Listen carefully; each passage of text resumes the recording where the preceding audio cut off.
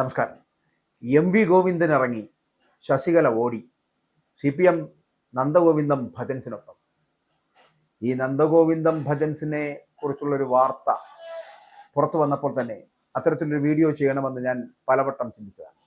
പക്ഷേ പലപ്പോഴും ഈ നന്ദഗോവിന്ദം ഭജൻസുമായി ബന്ധപ്പെട്ട് വരുന്ന വിഷയങ്ങളിൽ വളരെ പോസിറ്റീവായിട്ട് അതുമായി ബന്ധപ്പെട്ട് വരുന്ന കലാകാരന്മാർ, മറ്റ്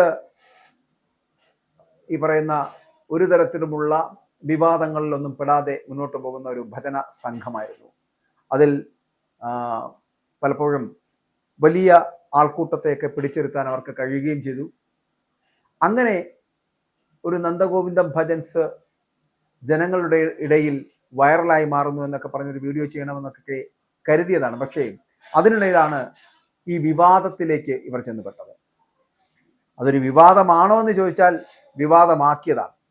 അത് ഈ ശശികല ടീച്ചറിനെ പോലുള്ളവർക്ക് എന്ത് കണ്ടാലും അതിനകത്ത് വർഗീയത ഉള്ളതുകൊണ്ടും മതത്തെ കൂട്ടുപിടിച്ച് മുന്നോട്ട് പോകുന്നതുകൊണ്ടും ഒന്നും ചെയ്യാൻ മറ്റുള്ളവർക്ക് കഴിയില്ല.